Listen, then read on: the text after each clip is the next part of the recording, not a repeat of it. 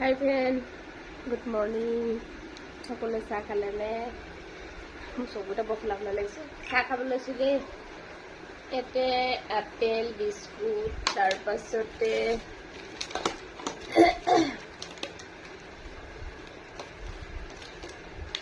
এতিয়া বুনিয়া লাডু আছে আৰু কি বুলি কয়,